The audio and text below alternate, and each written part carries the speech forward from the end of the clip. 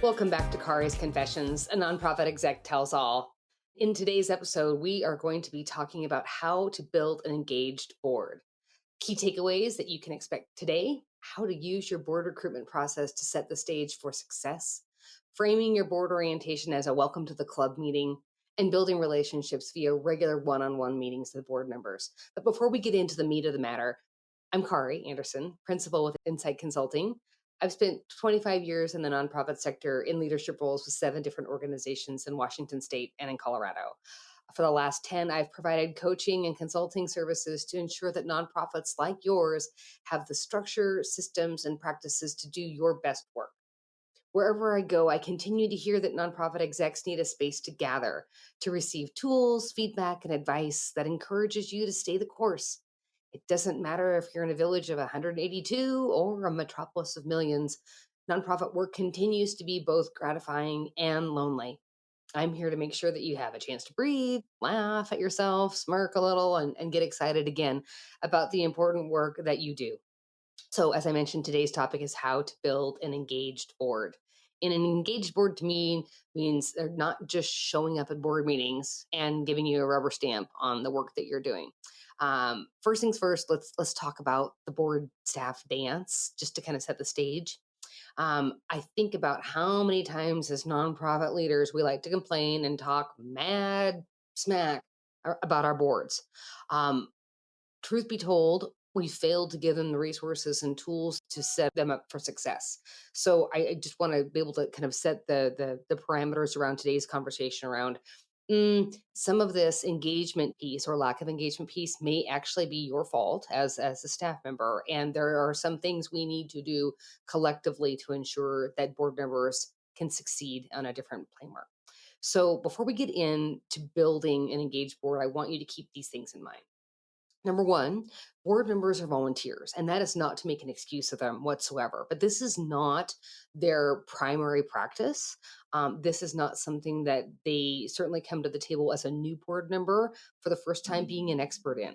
So we have to give them a little bit of grace in terms of understanding that this is not their 24/7 job. Board work can also be challenging. How so?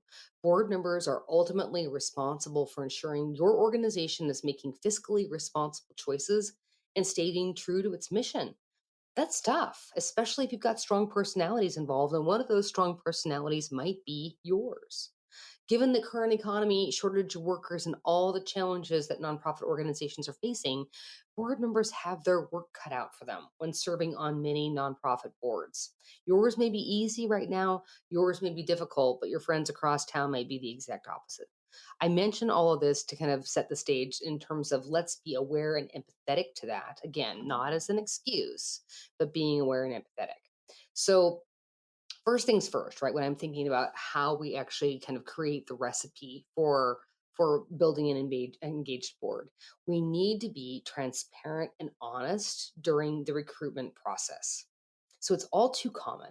You might have a new and enthusiastic board member that's been recruited. They join the board, they attend their first few meetings, and then they slowly fall off the radar. They're in effect ghosting the board. They stop attending meetings, they don't show up at the committee work, they don't attend events. You're left wondering what happened. Oftentimes, right, if we're lucky enough to get a hold of them during an exit interview, it's that we did not share with them everything that we are expecting, or our lack of communication made them assume that what they've done on other boards is what you're expecting here, right?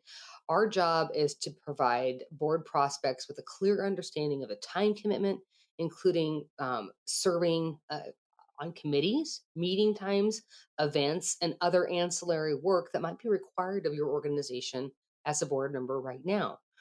During this recruitment process, provide a written document that outlines roles and responsibilities and the commitments of board members. Share information, be honest about current challenges and opportunities facing the organization and the ways in which the board is helping to address those challenges. And be sure that your recruitment process is well defined. Know what skills you're looking for in order to best achieve your organization's goals. Ideally, those skills are pulled from your current strategic plan. Focus on diversity, right? And diversity means a myriad of things and some things that are different in each community. Ensure that your board is reflective of the community that you're serving. Extra credit during this recruitment process, clearly articulate what stage your board is in. Are you a founding board? Have you moved to the organizational stage where your board is both governing and still doing the work of the organization? Have you truly moved to a governance board, right, or a governing board because you've got a full staff? Or is your organization, tenured and mature enough where you truly have an institutional board? So that's piece one, right? Let's address the recruitment process in terms of how you can build an engaged board. So, assuming that process is strong and in place, the second opportunity is for you to establish a strong board orientation process. A strong board orientation provides board members with the knowledge, tools, and resources to successfully carry out their role as a board member.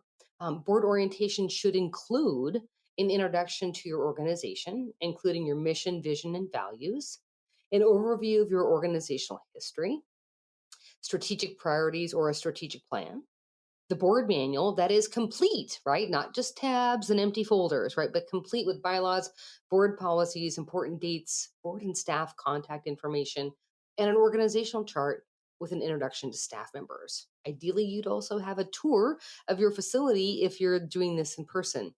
You'd review the roles and expectations of board members.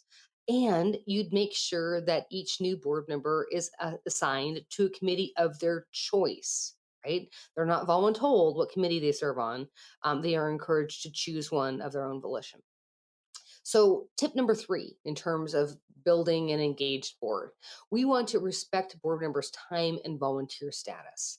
So, as a reminder, right, board members chose to serve.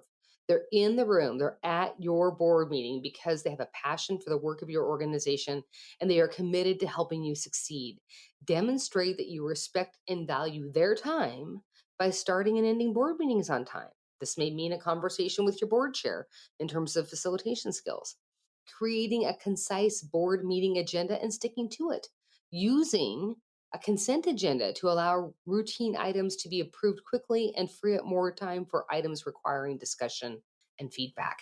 If you need a template for a consent agenda, please email me. Asking board members their preferred method of communication and honoring it. If they like emails, email them. If they prefer phone calls, phone them, right? Talk on the phone. Thanking board members whenever you can. Provide shout outs in newsletters and on social media. Tip number four for building an engaged board, conduct regular one on one meetings with board members. Use this time outside of board meetings to ask for feedback about their board experience, gain an understanding of areas they would like to be more involved with, and help connect them further with the work of your organization. These one on one meetings also provide a great time to thank each board member and recognize them for ways they've personally provided leadership and support. Everyone does this differently.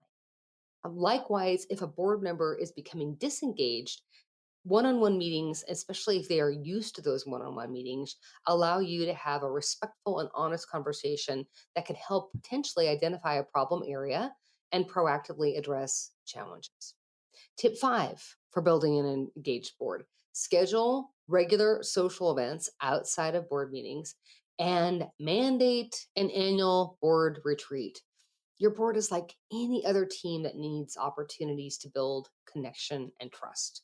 If you're hosting a few events with the intention of having fun and getting to know one another, this helps to build authentic relationships and allows board members to connect in the boardroom more comfortably.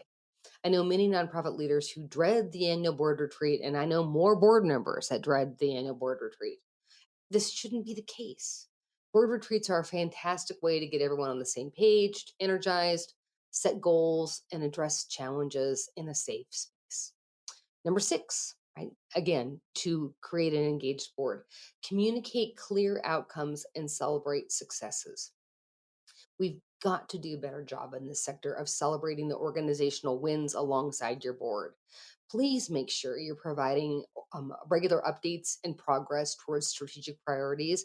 In my opinion, this shouldn't just be your monthly executive director report to the board that goes in the board packet. When I was in the field, I would send a weekly email to the board.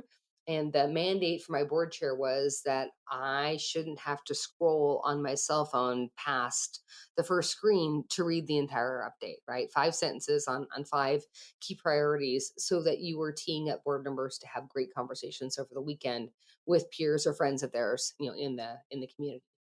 Acknowledge when the board is engaged in providing exceptional leadership. Here are some ideas for communicating outcomes. Acknowledge successive board meetings and get creative with it. Give a shout out on social media to recognize your board and how they're propelling your mission forward. Ask board members in orientation how they like to be recognized and honor that request. You can even ask a few of their favorite things and refer to that list when coming up with creative ways to say thank you. Pick up the phone already and call board members to say thank you, even if you need to leave a voicemail. There are still board members that actually like to receive phone calls and like to receive voicemails. Number 7, right? Explore the use of board software. We are moving away from Dropbox. We are moving away from Google Drives, and we are moving towards software or portals that hang out on the back end of your website to ensure that there's efficiencies for board members who are trying to access their data and documents. We certainly know that that software saves time for staff and board members. It increases efficiency. It's able to track attendance and other engagement measures. There are 2 platforms that I'm particularly enamored with right now, Board Effect and Boardable. If you're looking for a full list of board platforms to explore, shoot me an email and I'll send you the longer list of board software options that are out there right now. Number 8, right? One more tip for creating an engaged board. Use annual board self-assessments and, oh, by the way, ensure your board is actually reviewing you as the executive director. Making a practice of assessing themselves, right? And as individuals and as the board, as a team on an annual basis allows for a great opportunity to both um, absolutely nail down where we are having successes, but making sure that if there's an area for growth or opportunity, that that information is then used by your governance committee to continue to provide professional development opportunities for the board. And my 9th tip for you all in terms of how we engage the board differently, right? How we can make your board stronger. Utilize board committees already. Committee work is where the real board work, not operational work, takes place. Board members can become very engaged and connected through focused committee work. And the top 4 committees that are a part of 99% of boards that are out there: executive, governance, finance, and fund development. An engaged board doesn't happen overnight. It takes a lot of focused and intentional work. But once you've got this dance down, you'll very quickly start seeing results and impact for your organization. As we wrap up today's episode, think about which tool or tools most resonate with you in terms of building an engaged board. Is it board recruitment? Is it a bona fide board orientation? Being respectful of board members' time? One-on-one meetings with board members? Scheduling social events or an annual board retreat? Making sure that we've set clear outcomes and we celebrate successes? Considering board software? Conducting an annual board self-assessment, or utilizing board committees? Make sure to follow me on your favorite streaming platforms, including YouTube, Apple, and Spotify. For additional resources and tools, follow me on Facebook, Instagram, and LinkedIn. You can also check out my website at inciteconsultinggroup.com. Thanks for joining me today. Have a great week.